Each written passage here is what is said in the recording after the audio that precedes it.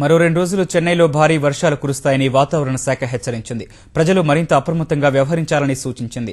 అల్పపీడన ద్రోణి స్థిరంగా ఉండటం వల్ల తమిళనాడులోని కొన్ని ఉత్తర ప్రాంతాల్లో భారీ వర్షాలు కురుస్తాయని ఈటీవీకి ఇచ్చిన ప్రత్యేక ఇంటర్వ్యూలో చెన్నై వాతావరణ కేంద్ర సంచాలకులు రమణన్ తెలిపారు. బంగాళాఖాతంలో ఏర్పడినటువంటి అల్పపీడన ద్రోణి ప్రభావంతో చెన్నైతో పాటు శివారు జిల్లాలైన కాంచీపురం, తిరువళ్ళూరు జిల్లాల్లో భారీ కుంభవృష్టి కురిసింది. ప్రస్తుతం ఆ అల్పపీడన ద్రోణి ఎలా ఉంది, దాని ప్రభావం ఎంత మేరకు ఉంటుందన్న విషయమై చెన్నై వాతావరణ కేంద్ర సంచాలకులు రమణన్ చెప్పనున్నారు. సార్ నమస్కారం. చెప్పండి, ఇప్పుడు మీరు చూపిస్తున్నారు శాటిలైట్ ఇమేజ్, ఇది ఎలా ఉంటుంది, ఏంటి, ఎక్కడ వరకు? ఇది శ్రీలంక తర్వాత ఉత్తర తమిళనాడు దగ్గర ఉన్న బంగాళాఖాతంలో నిన్న ఉన్న అల్పపీడన ద్రోణి ఆ ప్రదేశంలో ఉంది. తర్వాత నిన్న బాగానే వర్షం జరిగింది, అనేక చోట్ల జరిగింది. ఎక్కువ రైన్ఫాల్ అని చూస్తే, వర్షం చూస్తే తామరం 49 సెంటీమీటర్ వచ్చింది. తర్వాత చమరమాగం 47 సెంటీమీటర్ వచ్చింది. ఈవెన్ ఆంధ్రాలో కూడా బాగానే వచ్చింది. దక్షిణ కోస్తా ఆంధ్ర, తర్వాత రాయలసీమలో బాగానే వచ్చింది. దక్షిణ కోస్తా ఆంధ్రాలో తడాల 17 సెంటీమీటర్ వచ్చింది. సరే, తర్వాత రాయలసీమలో సత్యవాడలో 17 సెంటీమీటర్ వచ్చింది. వచ్చే 24 గంటలకు చూస్తే మనం తమిళనాడు తర్వాతలో అనేక చోట్ల వర్షం రావచ్చు. 1-2 చోట్ల భారీ వర్షం రావచ్చు.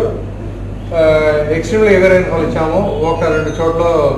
అది డెల్టా డిస్ట్రిక్ట్, కడలూరు డిస్ట్రిక్ట్, తర్వాత హిల్లీ ఏరియాస్ ఆఫ్ కోయంబత్తూర్, నీలగిరి డిస్ట్రిక్ట్లో రావచ్చు. తర్వాత ఆంధ్రాలో కూడా బాగానే వస్తుంది. దక్షిణ కోస్తా ఆంధ్ర, తర్వాత రాయలసీమలో అనేక చోట్ల వచ్చేదానికి మార్గం ఉంది. What are the parameters resulted this heavy downpour in చెప్పండి. ఇదేమో స్లో మూవింగ్ సిస్టమ్ అనమాట. ఒకే చోట నిలబడి ఎక్కువ వర్షం వస్తుంది. అది ఇప్పుడు ఏమైనా స్ట్రాంగర్ సిస్టమ్ తీసుకోండి, ఇప్పుడు సివియర్ సైక్లానిక్ స్టార్మ్, తుఫాన్ అన్ని తీసుకుంటే త్వరగా పోతుంది లోపల.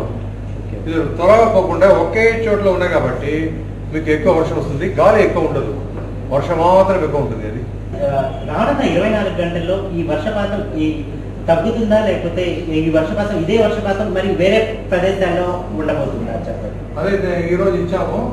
అదే కడలూరు, తర్వాత డెల్టా డిస్ట్రిక్ట్, తర్వాత హిల్ ఏరియాస్ కోయంబత్తూర్ డిస్ట్రిక్ట్ లో, నీలగిరి డిస్ట్రిక్ట్ లో 1-2 చోట్ల గుండెపోత వర్షం ఉంటుంది అని చెప్పాము.